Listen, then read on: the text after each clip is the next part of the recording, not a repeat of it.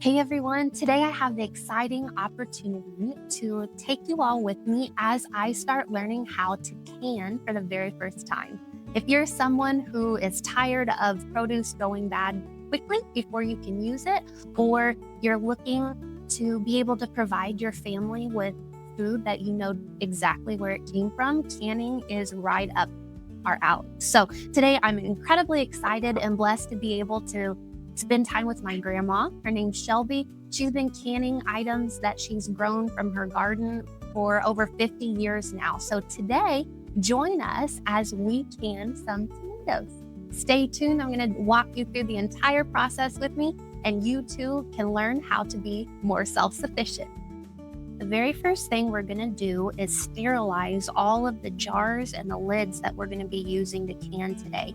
So what that means is we're going to put some water at the very bottom. We're going to bring it up to a boil, and we're going to allow that to get rid of all of the germs or any other nasties that may be present before we begin. Since we're canning tomatoes today, the very first thing we're going to do is scald them to best prepare them. So we have our tomatoes, and over here on the stove, we have a boiling pot of water that we're going to dunk them in. We're going to transfer them to then rinse them with cold water. So stay tuned. Our first step with the tomatoes is we have to scald them to get the skins off. So I'm taking our tomatoes, we're going to drop them in this pot of boiling hot water and wait to see until the skin starts to crack.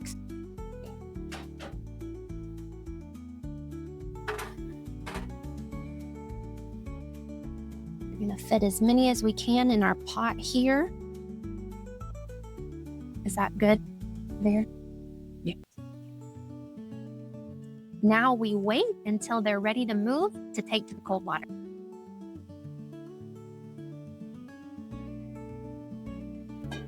Next, we put the hot tomatoes into the cold water.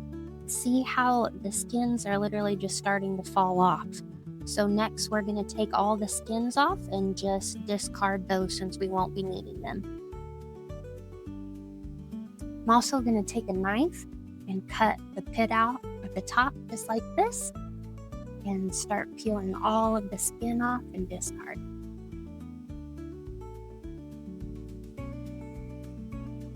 Once we have it totally de-skinned and the center piece cut off, we're going to put it into our other container here.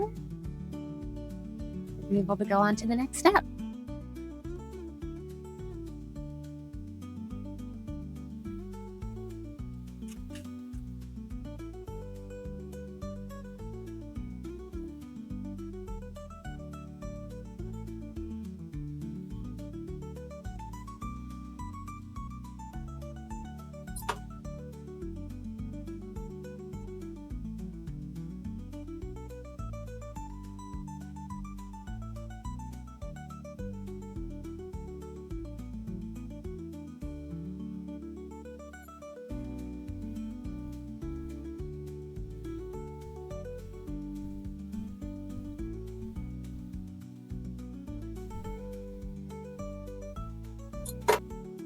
The next step after de-peeling them, we're going to slice and quarter them.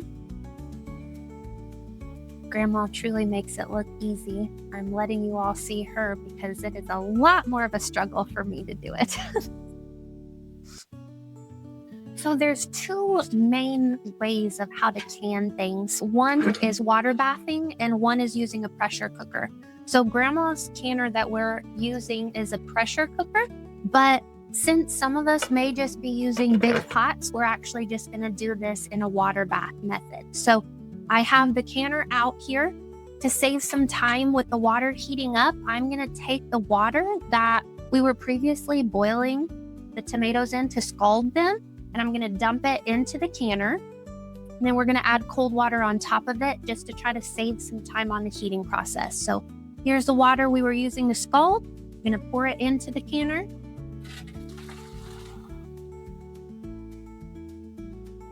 And we're going to put some more water on top of that. We're getting ready to can. While you can use any large pot that your cans will fit in, One thing that's necessary to this process is having this little metal attachment here at the bottom, which prevents the cans from sitting directly on the bottom of your pan. So if you have a large pan you're looking to use, just make sure you have a metal separator that is gonna raise the jars that we're using off the bottom of the pot. So as we are preparing to start actually filling our jars and beginning the canning process, these are some helpful tools to have. So what this is going to be able to reach in and grasp the jars and bring them in and out of the boiling hot water.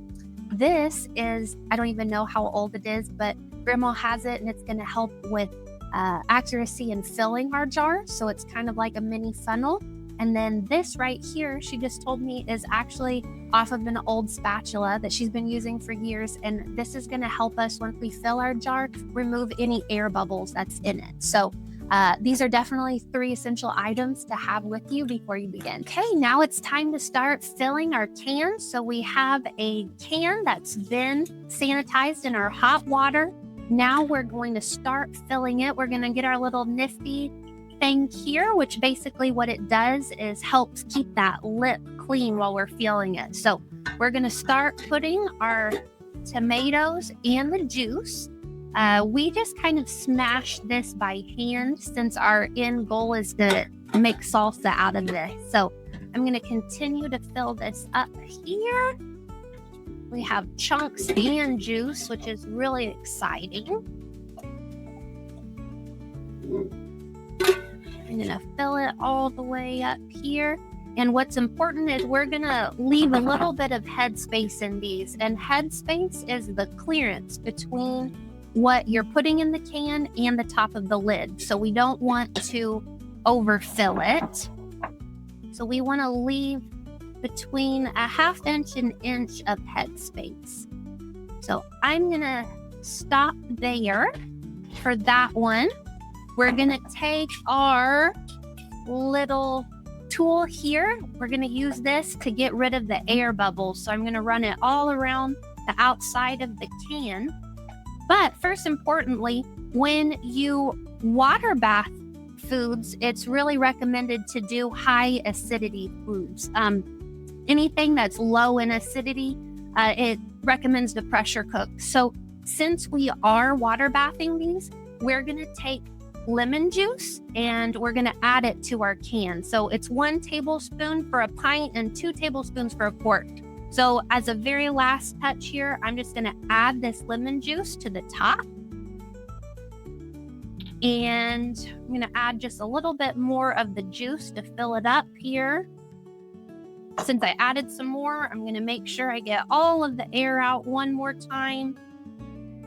And as a final step, I'm going to take this rag and I am going to wipe all around the lip of our lid. We don't want anything that is going to be in between because it will prevent. We have our jars in our big canning pot. And we have the water over the top of them 1 to 2 inches. And now it's time to let them boil. Since we have 2 separate sizes here, these are pints and these are quarts, we're going to bring the water to a rolling boil. We're going to remove the smaller ones at 40 minutes and the larger ones at 45 minutes. So now we wait. As we are waiting for our cans to boil and process, let's have a real talk about why some people, myself included, may have a little bit of a concern when it comes to canning, and that is the dreaded B word, botulism. Botulism can be extremely bad, even deadly, when it does occur. So when it comes to canning, there's so many resources out there available. You want to make sure that you do your prior research. So for example, if you're looking to invest in canning materials, you might look into what kind of foods you want to be canning. Pressure cooker is recommended for any kind of low acidity foods, whereas water bathing method is fine with foods that are higher in acidity. So just like we had to add lemon juice for our tomatoes in order to water bath them, it is absolutely possible to make it work, but we just want to make sure that we do our due diligence and do the research to make sure that we are producing a product that is safe to consume.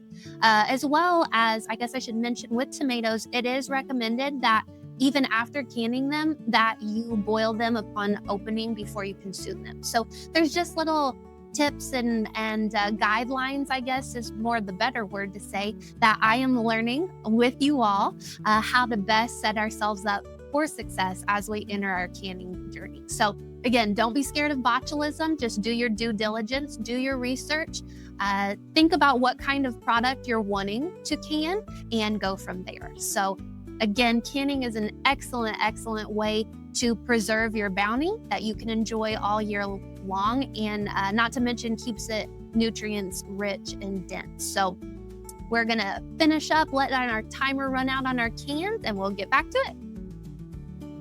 Okay, our time is up. We're gonna remove all of our cans.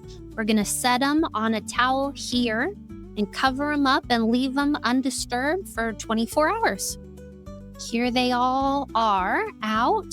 Now we're gonna take a towel, cover them, and look at them again in 24 hours. Here we are 24 hours later. Our cans have been resting undisturbed, and now we're gonna check and make sure that we got a seal on each one. So on the lid of each one, we're gonna push down, and if there's no recoil, that means the seal is good. So those two are good. This one is good. That one is not good. So out of our 4 that we canned, we only had 1 that didn't seal. So this will need to be used quicker, whereas these are now ready to keep and enjoy.